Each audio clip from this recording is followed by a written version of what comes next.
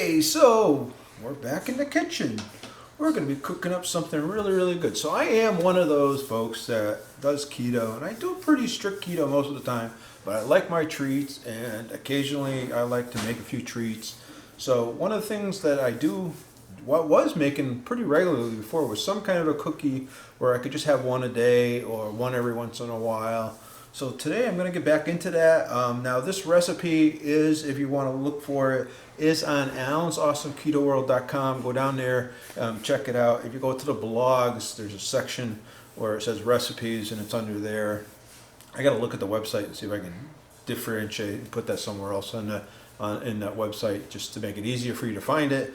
But it is there. There's also some really great blogs and stuff like that, as well as if you're looking for an opportunity for someone to give you some help or some coaching, that's there as well as an opportunity as well. So today we're going to make some chocolate chip cookies. So some keto chocolate chip cookies.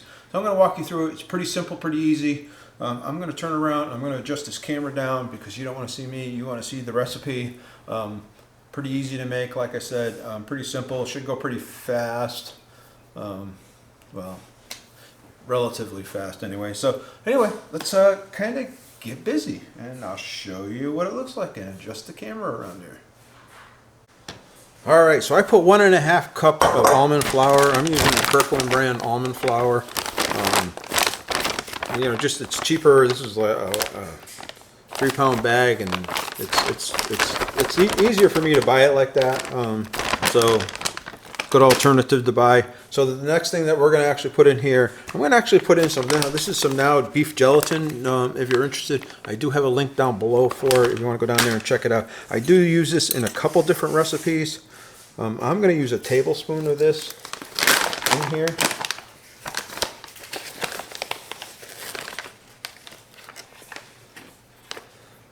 Throw that in there. And then I'm going to take, now for sweetener in here is, I usually put a 1/2 cup of erythritol monk fruit. This is the Whole Earth brand that I use. But what I'm going to do is I'm actually going to mix it. I'm going to put a 1/4 cup of this in, and then I'm going to put a 1/4 cup, this is allulose in there. And allulose is a little less sweet than regular sugar, but it actually has some great properties in it. It actually, one of the benefits, actually, it helps, they say in the studies that they've done with it, it actually helps promote weight loss if you're using it. So I actually like using it. I actually like the properties of it. It will brown a little bit better than the erythritol, and it actually comes out pretty nicely. So you do have to be careful of it because of the fact. Now again, here's the allulose I'm using. I do have a link down for this as well down below. Now I'm putting in a 1/4 cup of each of these,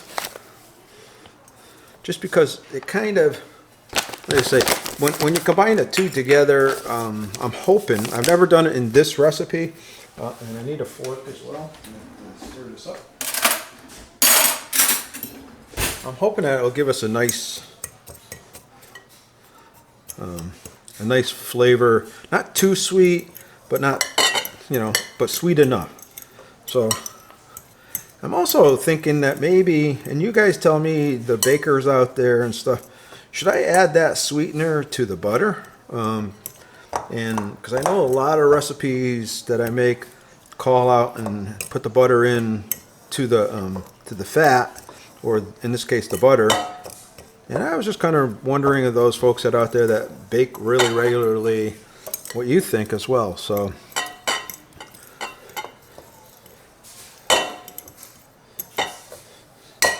now the next thing I'm going to put in here is some baking powder. On the baking powder, I'm going to put 1 teaspoon in here. I get teaspoon and tablespoon mixed up all the time. So really go and look at that recipe online. So I'm going to put that in there. And then that's all of our dry ingredients. Mix that around, try to break up that baking powder a little bit. I probably should use a little sifter, and I can break it up, both the sugars and everything else, so we get rid of some of the clumping and stuff.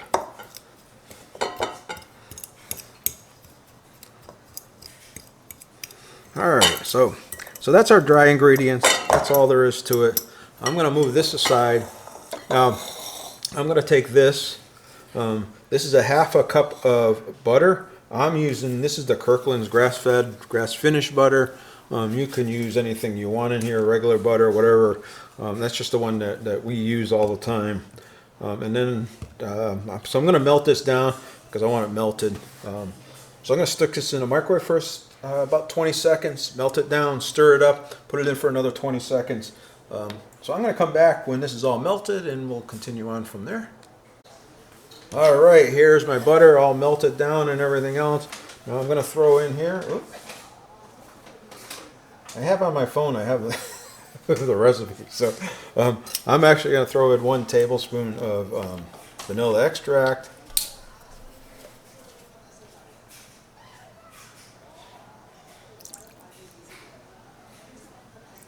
I'm actually going to put more in because I really like this stuff. So I got to tell you, so we went to Costco the other day, and the vanilla extract I can remember back during the pandemic, or there was some kind of an issue in, I guess it was in Africa, because that's where most of the vanilla comes from in the world today.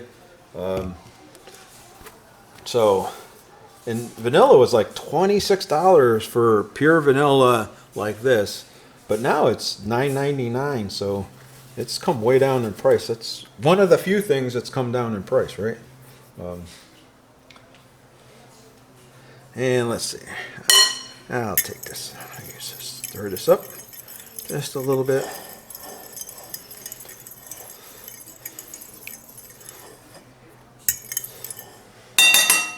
All right, and then I'm going to put an egg in here.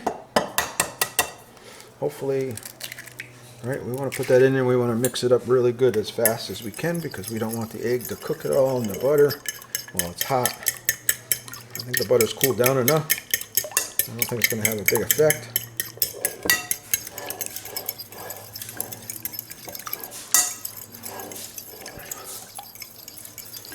All right, and then we're just going to add the dry ingredients, a little bit at a time. Here.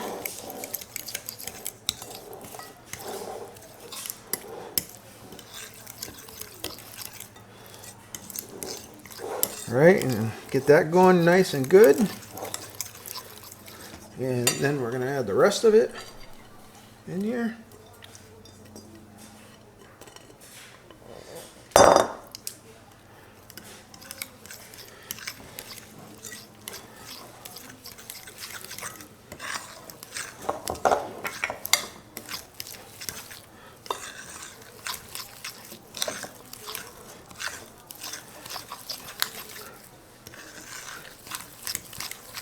I'm going to get my spatula here, a little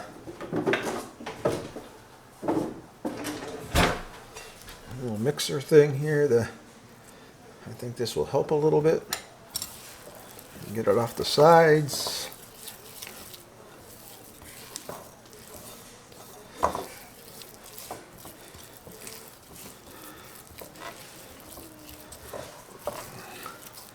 All right, that's our cookie batter.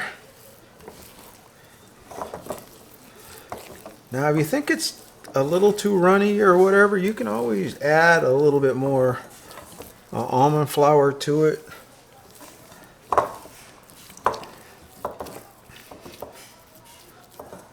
So I think I'm going to just throw in a little bit more, just because I think I'd like it to stiffen up a little bit more.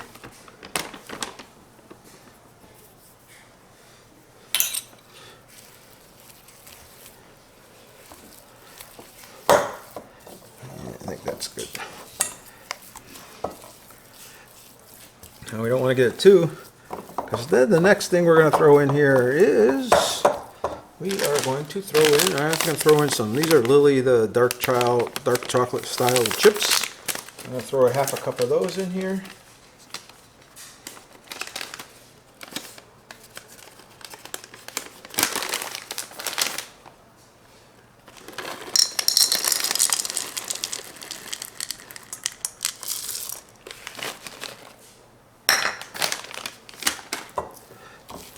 We're going to fold those in. Now once that beef gelatin does start to get mixed up a little bit too as well, that will actually start to get it to gel a little bit and to thicken up a little bit.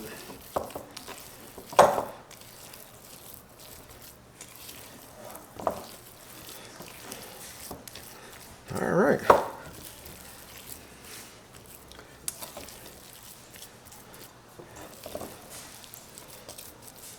Now, I like to take my tablespoon, and I'm going to throw these in there because that's all there is to it. I'm going to turn my oven on 350 here, and then we'll come back. I'm just going to put these, I take these like this. I take a tablespoon like this, and I'm just going to plop it on here. I think I have a cookie cutter. Maybe I'll find that. But that's one way of doing it. And if I find my cookie thing, I'll come back out and I'll show it to you here.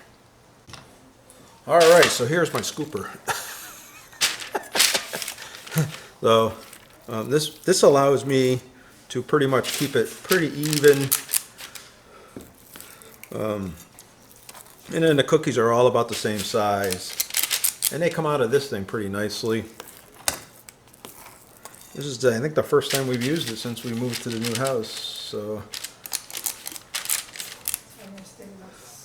we're still making some adjustments. This is actually going to be the first time we've used our new oven, which actually is pretty cool because we were looking at the features on it.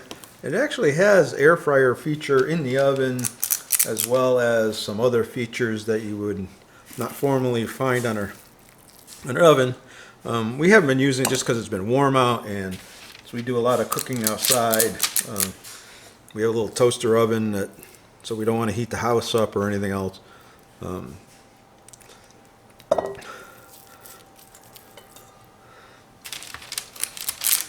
I'm going to try to make just one tray of these. Normally I would do a double batch just to fill up my cookie dough. But anyway, so I'm going to come back and when I get this all done, and I'll show you what it looks like going into the oven. All right, the oven is preheated, so I'm just going to take these. This is the what they look like. We're going to throw them in here. I'm going to set the timer on 20 minutes.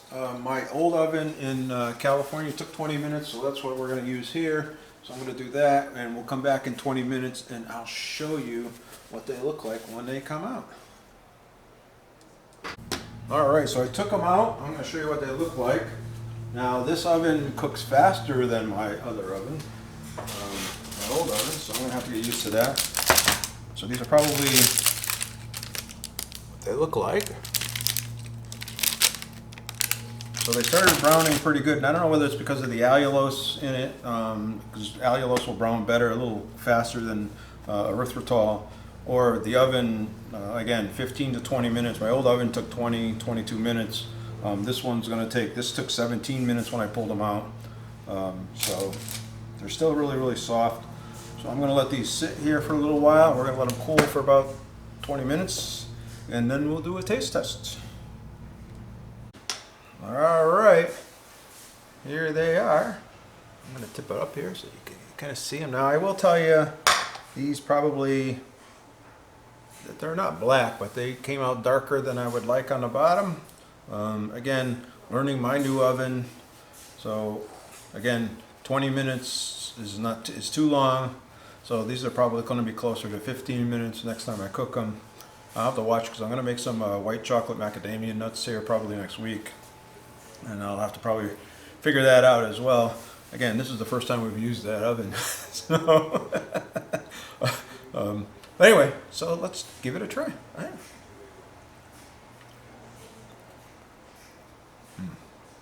These are really good.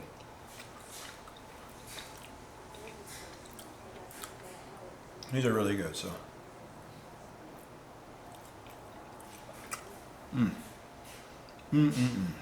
Wow. Those are so good. Wow.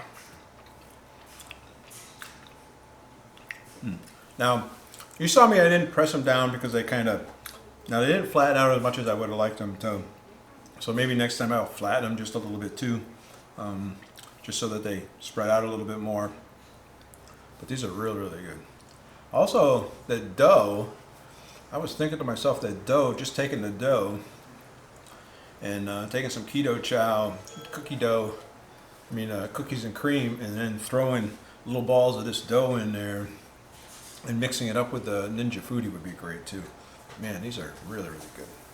Look at the inside of that.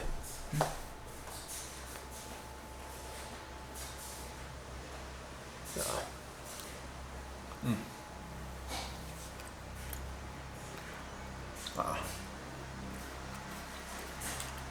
Excellent, excellent, excellent. So, hey,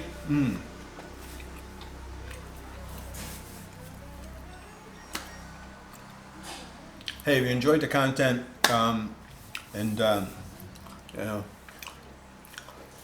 you want to show your love, thumbs up, hit that subscribe button, hit that bell icon. Think about joining the membership and going down there and clicking that join button, and it'll just take you to what you get for joining and supporting the channel for like $1 a month or something like that. There, it really does help support the channel so that we can afford to try new things and to try new recipes and all that kind of stuff. So so feel free to go down there and check it out and let me know what you think. Should I change something? Should I add something? There's some pretty cool levels down there, so go down there and check it out. Again, appreciate you guys. I love cooking. I love eating these things. The problem is that I have to make sure it's only 1 or 2 every now and then, not 6 a day or something like that. So, all right, you guys are great. You guys are awesome. Oh, let's go back and let me pull up the macros, and I'll go through the macros for you real quick, like. All right, so if you're doing net carbs, these are 1.7 net carbs. If you're not doing net carbs, these are 5 total net carbs, so still not bad. 5 is not bad for a treat. And then, let's see, protein's 3, fat is 12.5, fiber's 3.3. Total calories is 130. So again, if you like this recipe and you want to try it, go down there, check out Alan'sAwesomeKetoWorld.com. Let me know what you would think of the website and what improvements I can make to it or whatever. So you guys are awesome. You guys are great. I appreciate you. Thumbs up. Subscribe to the channel. That would be the greatest thing you could do, and it's free. So I really appreciate it. I'll see you guys in the next video.